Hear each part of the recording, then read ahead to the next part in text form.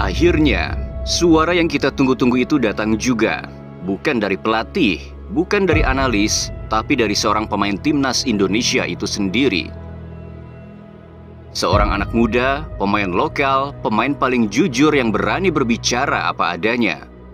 Ia menyuarakan unek-uneknya, sebuah pemikiran yang sama persis dengan kita, yang selama ini mungkin hanya bisa kita bisikan di ruang-ruang diskusi. Jadi ya bisa dibedakan lah cara pertandingan dan cara gaya bermain ya kita bisa lihat sama-sama. Saya nggak bisa ngomong banyak di sini. Kita semua bisa melihatnya, dan saya tak bisa banyak berkata-kata lagi. Kalimat singkat tapi terasa seperti ledakan. Karena di balik kata-katanya ada kegelisahan dan ada kejujuran yang selama ini tertahan. Lalu muncul suara-suara pembelaan. Kita harus melihat sisi positifnya. Ball possession kita meningkat dan timnas kita sudah mulai berani bermain menyerang. Tapi justru disitulah letak pertanyaannya. Kenapa dengan polosnya kita masuk ke perangkap musuh? Kenapa kita merasa bangga menguasai bola, padahal sebenarnya kita sedang dijebak secara sistematis? Australia bukan tim sembarangan. Mereka tahu cara bermain, dan mereka tahu cara membuat kita terlena. Mereka sengaja menyerahkan bola kepada kita. Mereka sengaja membuat garis pertahanan timnas menjadi tinggi. Dan begitu bola direbut, itulah momen di mana pertahanan kita benar-benar terbuka lebar, seperti gerbang tanpa penjaga. Ini bukan sekadar teori kosong. Ini bukan sekadar analisis dari pengamat. Ini adalah pengakuan langsung dari lawan, dari jantung pertahanan lini tengah mereka, Jackson Irvine. Dan pernyataannya seharusnya menjadi tamparan keras, bukan hanya untuk pemain, tapi juga untuk tim pelatih yang baru. Pemain timnas Indonesia itu sangat cepat, sehingga kami tak punya waktu untuk menguasai bola di lini tengah, ujar Irvine. Tapi yang paling menyakitkan adalah kalimat berikutnya. Begitu kami menembus gelandang bertahan mereka, dan bisa keluar dari tekanan itu, kami cepat saja masuk ke dalam kotak penalti dan yakin langsung mencetak gol. Inilah kata-kata paling telak dari musuh. Ini bukan hanya kritik, ini adalah otopsi taktik terhadap kelemahan kita sendiri. Dan sayangnya, semuanya tertuju pada satu titik yang paling rapuh di lini kita, yaitu gelandang bertahan. Dan dari semua yang ada di posisi itu, satu nama yang paling rentan dieksploitasi adalah Nathan Choaon. Ia bukan pemain buruk, tapi ketika satu celah terlalu mudah ditembus, maka seluruh struktur bisa runtuh. Kita tidak sedang menyerang Nathan secara individu. Kita sedang membicarakan kelemahan sistemik yang telah dibaca habis oleh lawan. Dan inilah kenyataan pahit yang harus kita telan. Bahwa musuh telah membaca kita, menganalisis kita, dan memanfaatkan celah kita. Sementara kita masih terbuai oleh istilah total football. Filosofi sepak bola menyerang, juga terbuai oleh statistik penguasaan bola yang itu sama sekali tak menghasilkan apapun. Kalau kita mengira bahwa ini adalah awal dari revolusi taktik timnas Indonesia, dari tim bertahan menjadi pasukan yang berani menyerang, maka kita keliru. Karena jauh sebelum filosofi itu didengungkan hari ini, sudah ada seorang pelatih yang lebih dulu lebih berani melakukan itu. Ya, Sintayong.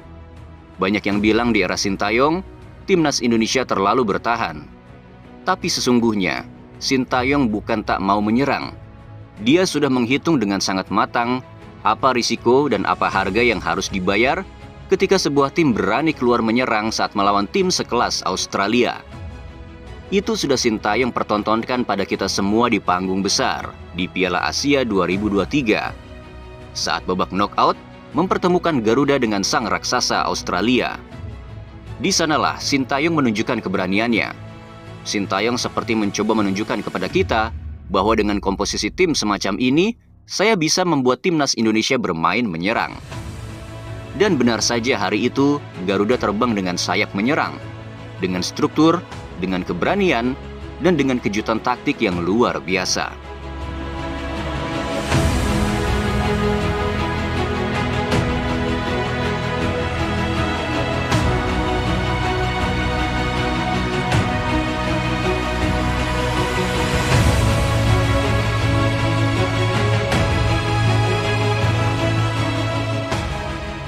Jordi Amat, sang tembok pertahanan, bahkan sempat ditarik naik sebagai gelandang bertahan. Langkah tak biasa, Tapi itulah keberanian Sintayong. Ia seperti bermain di luar kebiasaannya. Dan hasilnya memang mengerikan pada awalnya.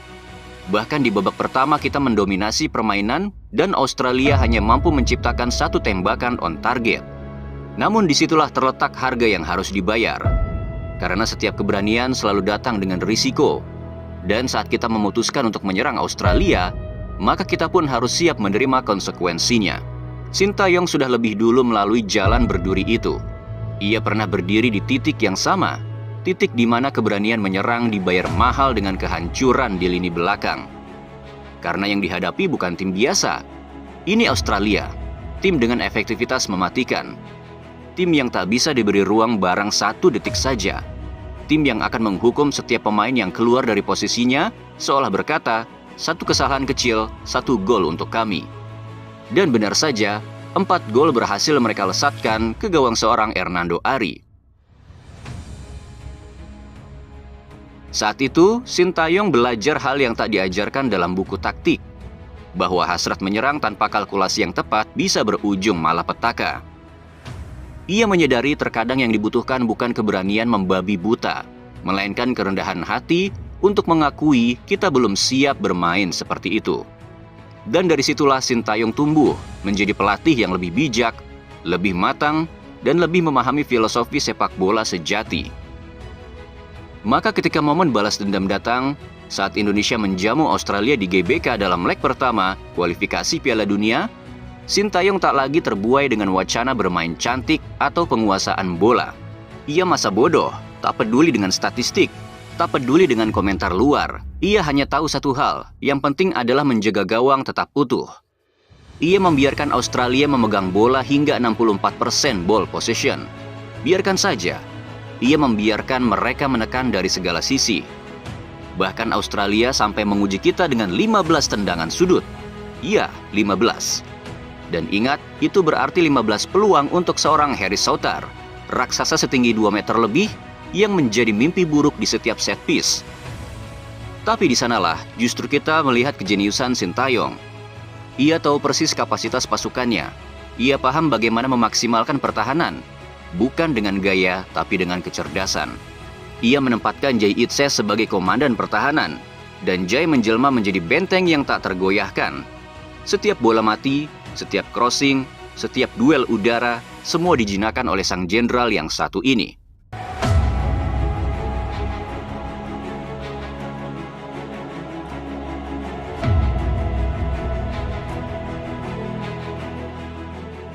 Dan apa hasilnya?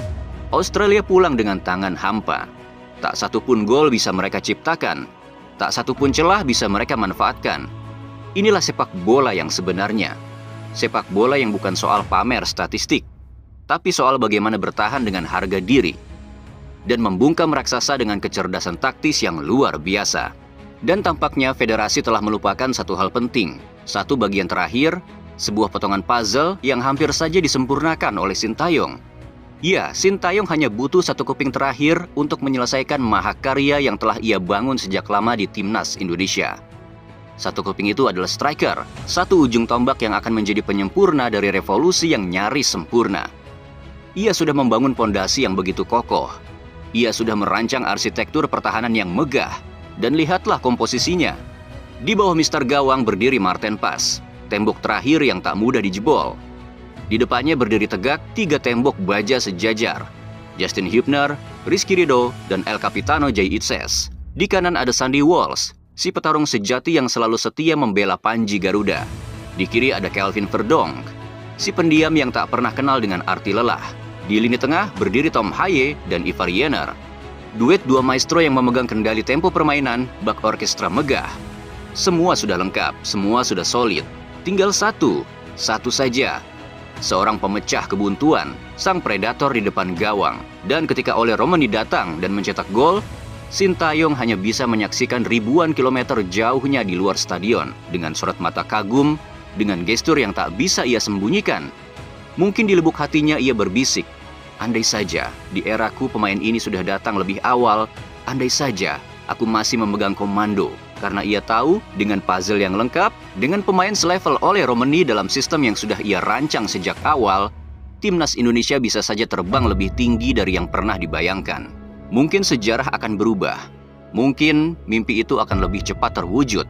Dan benar kata banyak orang, nasi sudah menjadi bubur ayam. Kita terlambat, kita kecolongan. Keping terakhir itu datang ketika sang arsitek sudah pergi. Padahal Sintayong bukan hanya pelatih. Ia adalah pemahat sejarah. Ia adalah fondasi dari semua harapan yang kini mulai tumbuh. Namun ini bukan soal ego, bukan soal kerinduan kepada pelatih yang dulu. Ini tentang satu hal yang jauh lebih besar, tentang harga diri sebuah bangsa. Dan kini saat sorotan tertuju pada Alex Pastor, yang tampaknya menjadi satu-satunya sosok yang memberi arahan dari pinggir lapangan, kita pun bertanya dalam hati, di mana pelatih kepala? Apa yang sebenarnya terjadi di ruang komando timnas kita? Namun meski luka ini masih menganga, kami belum sepenuhnya menyerah. Kami masih menyimpan harapan. Harapan bahwa Alex Pastor akan menyalakan bara semangat yang tersisa. Karena kami para supporter memang kecewa. Kami hancur. Kini lawan sesungguhnya telah hadir. Iya, Bahrain telah tiba di Jakarta. Kami murka atas apa yang terjadi pada September lalu.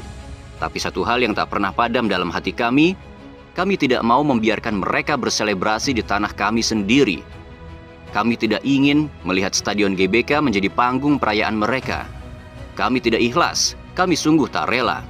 Biarkan kami tersenyum melihat merah putih berkibar dengan kepala tegak. Karena kami bukan sekadar supporter, kami adalah teriakan yang tak pernah padam. Kami adalah jiwa yang terus berdetak bersama Garuda di dada seperti apapun kondisinya. Maka jika kalian bermain dengan setengah hati, ingatlah satu hal. Kalian tidak hanya mengecewakan 1-2 anak yang duduk di depan TV kecilnya. Anak-anak yang ketika bermain bola menyebut diri mereka dengan nama kalian. Ya, kalian tak hanya menghancurkan hati mereka, tetapi juga menghancurkan harapan satu bangsa. Karena bagi kami, timnas Indonesia bukan hanya sepak bola. Ini adalah simbol persatuan. Simbol bahwa di tengah segala carut-marut bangsa ini, kami masih punya sesuatu yang bisa dibanggakan. Maka tolong, jangan hianati kepercayaan kami. Kami tak minta uang. Kami tak minta fasilitas. Kami hanya minta satu hal, biarkan kami bahagia. Biarkan kami menangis bukan karena kecewa, tapi karena kami bangga.